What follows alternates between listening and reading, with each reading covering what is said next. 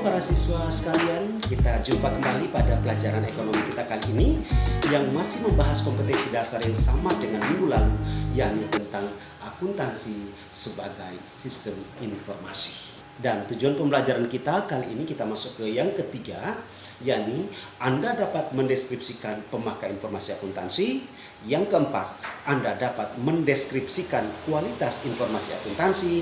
Dan yang kelima, Anda dapat mendeskripsikan prinsip dasar akuntansi.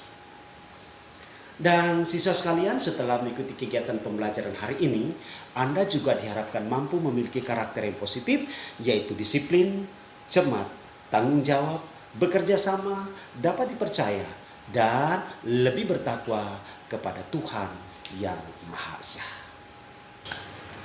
Apakah Anda sudah siap?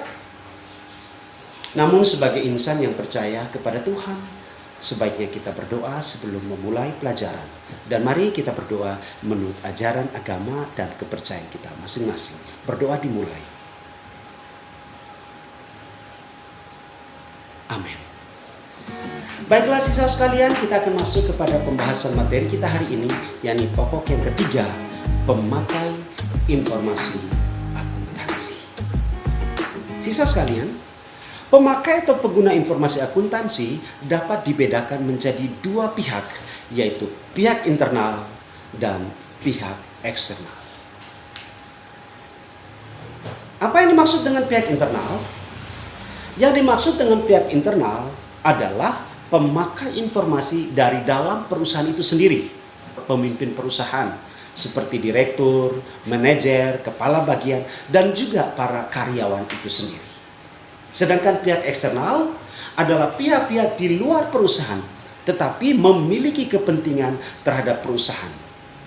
Pihak eksternal itu meliputi kreditor, pemilik perusahaan, pemegang saham atau investor, pemerintah, dan juga pelanggan, serta masyarakat umum. Yang keempat, kita akan materi yang keempat, yakni kualitas informasi akuntansi. Para siswa sekalian, sebuah informasi akuntansi dianggap berkualitas jika memenuhi persyaratan-persyaratan tertentu. Yang pertama, yakni perbandingan antara manfaat dan biaya. Artinya, biaya pembuatan laporan informasi akuntansi tidak boleh melebihi manfaat yang diperoleh pihak pengguna informasi. Yang kedua, dapat dipahami. Artinya, laporan yang dibuat harus sesuai dengan pemahaman pihak pengguna atau pemakai jasa atau informasi akuntansi. Yang ketiga, relevan. Artinya laporan informasi akuntansi bisa berguna secara langsung dalam pengambilan keputusan. Yang keempat, dapat dipercaya. Berarti informasi akuntansi dapat diuji, netral, dan menyajikan keadaan yang sebenarnya. Yang kelima, nilai prediksi. Berarti data yang ada saat itu bisa dijadikan dasar prediksi di masa yang akan datang. Kemudian prinsip umpan balik. Artinya berupa penerimaan, penolakan, atau pengambilan peluang di masa depan. Prinsip yang ketujuh adalah tepat waktu. Artinya informasi akuntansi yang diberikan harus tepat waktu agar pengambilan keputusan tidak tertunda.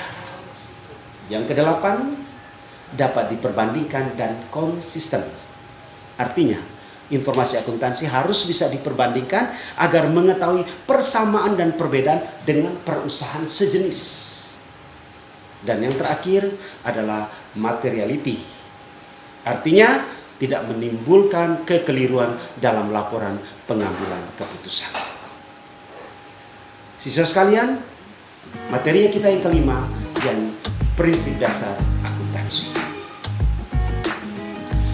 Dalam menyusun informasi akuntansi, ada juga beberapa prinsip dasar akuntansi yang harus dimiliki oleh seseorang akuntan agar apa yang dilaporkan itu tepat, dan memiliki prinsip sebagai berikut. Yang pertama adalah basis accrual, yaitu pencatatan transaksi dicatat pada saat terjadinya peristiwa ekonomi. Yang kedua, keberlangsungan usaha atau disebut dengan business continuity, yaitu perusahaan dalam melakukan kegiatan usahanya tentunya berupaya untuk melaksanakan kegiatan perusahaan secara berkesinambungan atau terus-menerus. Prinsip yang berikut adalah kesatuan usaha, ya, atau business entity yang terpisah dari pihak yang berkepentingan dengan sumber perusahaan. Yang keempat adalah relevansi atau pengaitan biaya. Yang kelima, harga perolehan atau historical cost, yaitu setiap transaksi pembelian suatu barang harus dicatat sebesar harga perolehan tersebut. Nah, sisa sekalian, demikian 3 materi pokok yang dapat kita pelajari hari ini. Kiranya seluruh siswa dapat memahaminya. Kita berjumpa kembali pada jam pelajaran berikutnya. Jangan lupa daftar hadir dan penugasan yang Bapak kirim melalui Google Form.